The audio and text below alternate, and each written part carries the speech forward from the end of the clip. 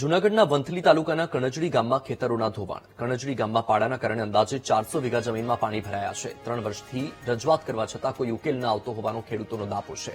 વંથલી મામલતદારે હુકમની અમલવારી થયાનો રાગ આપ્યો.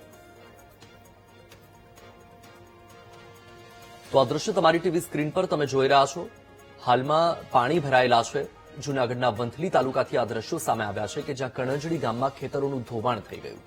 કણજડી ગામમાં પાડાના કારણે અંદાજે 400 વીઘા જમીનમાં પાણી ભરાયા. 3 વર્ષથી ખેડૂતો રજૂઆત કરે છે, છતાં પણ કોઈ ઉકેલ નથી આવતો. ખેડૂતોએ દાવો કર્યો છે કે તેમને મુશ્કેલી વેઠવી પડે છે.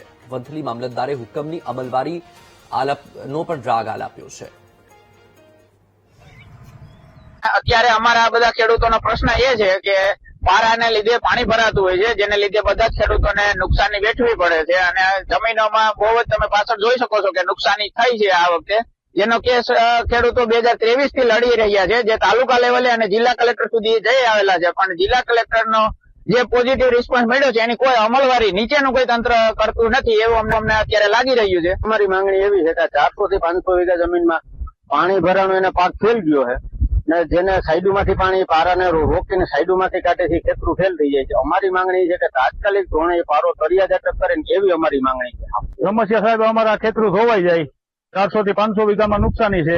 એક જ વ્યક્તિના પારાની હિસાબે આ બધી ઉથલ પાથલ થાય છે. તંત્રને 3-4 વખત રજૂઆત કરી, સાહેબ અહીં જોવા આવે છે, કહે કે આ 4 થી 3 દીમાં થઈ જાય. 2023 થી અમારો કેસ હાલે છે, 2026 આવ્યું તો હજી અમારો કોઈ નિકાલ આવ્યો નથી.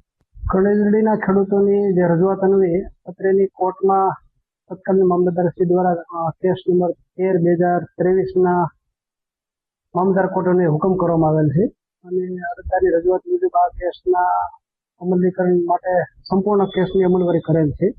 છતાં અરજદાર દ્વારા વારંવાર અત્રે તેમજ માનનીય કલેક્ટર સાહેબ રજૂઆત કરવામાં આવેલ હતી. તો આ બાબતે અમોએ અને માનનીય પ્રાંત સાહેબ દ્વારા રૂબરૂ સ્થળ તપાસ 4 તારીખના રોજ કરેલ છે અને હજુ હાલ વધુ તપાસ ચાલુ છે. આગળ આ બાબતે સરકારી હાથ ધરવામાં આવશે.